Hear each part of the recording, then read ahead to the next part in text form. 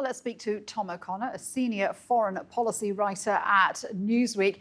Tom, good to see you. So we're a little low on detail, but what are your thoughts on this counteroffensive that Ukraine's undertaking? It says that it's broken through Russian lines and managed to recapture some villages.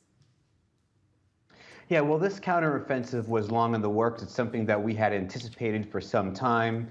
It's not very surprising, I don't think, that it's been met with initial success, at least, especially given the fact that the outer positions were probably the least fortified for the Russian side. Now, we also are hearing reports that some of the Russian positions might be thinly stretched or perhaps depleted. So that's certainly, I'm sure, a concern for the Russians, knowing that there's a concerted effort to retake this very strategic city. At the same time, right now, we have to look at what's at stake for both sides. I think for Russia, this is one of their furthest out points, an outpost of their military advances, one of their first major victories in the battle.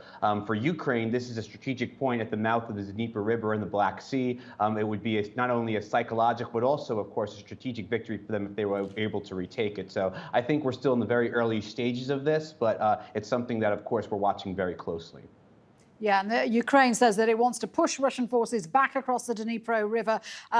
Do they have enough weaponry, enough manpower, enough resources, not just to push them back, but to keep them there? Yeah, it's difficult to say. You know, the Ukrainians have done some really fantastic stuff for themselves when it comes to their ability to put pressure on Russian forces, to reverse them from certain parts of the country. Now, this is largely because they are still very dependent on Western aid. Now, we've seen some reports, of course, concerns within the U.S. administration of the amount of aid and the amount of resources that the U.S. actually has left for itself. So this is something that's going to be concerning for the Ukrainians in the long term, to sustain a sort of long-term offensive.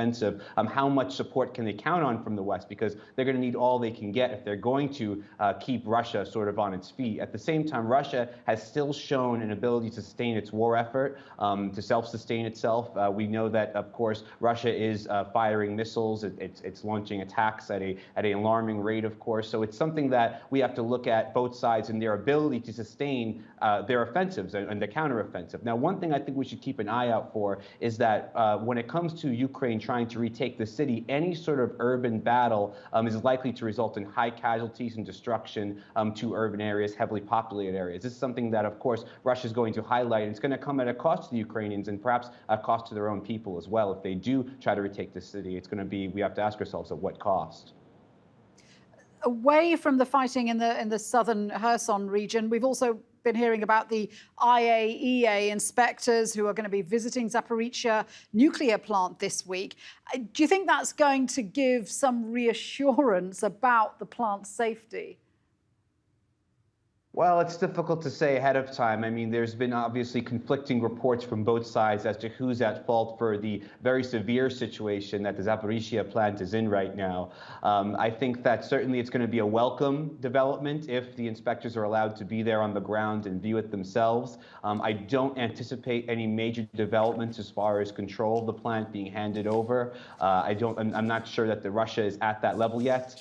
It would be welcome to see the same sort of spirited diplomacy seen in the grain deal being also applied to any sort of nuclear issues. At the same time, keeping in mind that any sort of agreements probably, as I said before, wouldn't have much to do with who's controlling what on the ground, but just an understanding that there has to be some sort of off-limits areas, a taboo, when it comes to nuclear issues, because this, of course, concerns all of Europe. But right now, of course, we've not seen that level of mutual trust on both sides. So I think it's welcome to see inspectors there. I think it's a welcome move by both sides if that's allowed. But I think that the concerns will stay for some time there.